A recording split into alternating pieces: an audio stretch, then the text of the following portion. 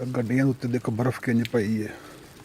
ਇਹ ਪਹਿਲੀ ਬਰਫ਼ ਹੈਗੀ ਹੈ ਇਸ ਸਾਲ ਦੀ, ਜਿੱਥੇ ਅਸੀਂ ਰਹਿ ਰਹੇ ਹਾਂ ਉੱਥੇ।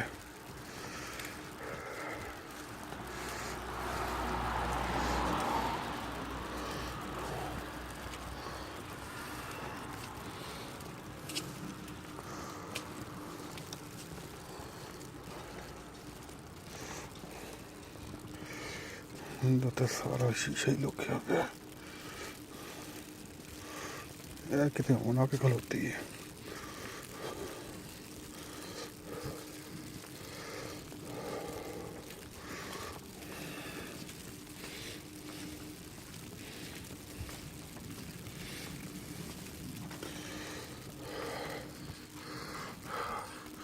ਇੱਥੇ ਉੱਤੇ ਘਰ ਹੈਗਾ ਆਪਣਾ।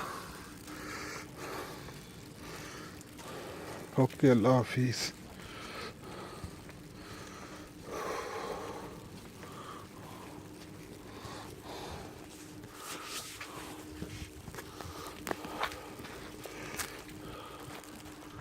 ओके, अल्लाह हाफिज़। शुक्रिया, जज़ाकल्लाह।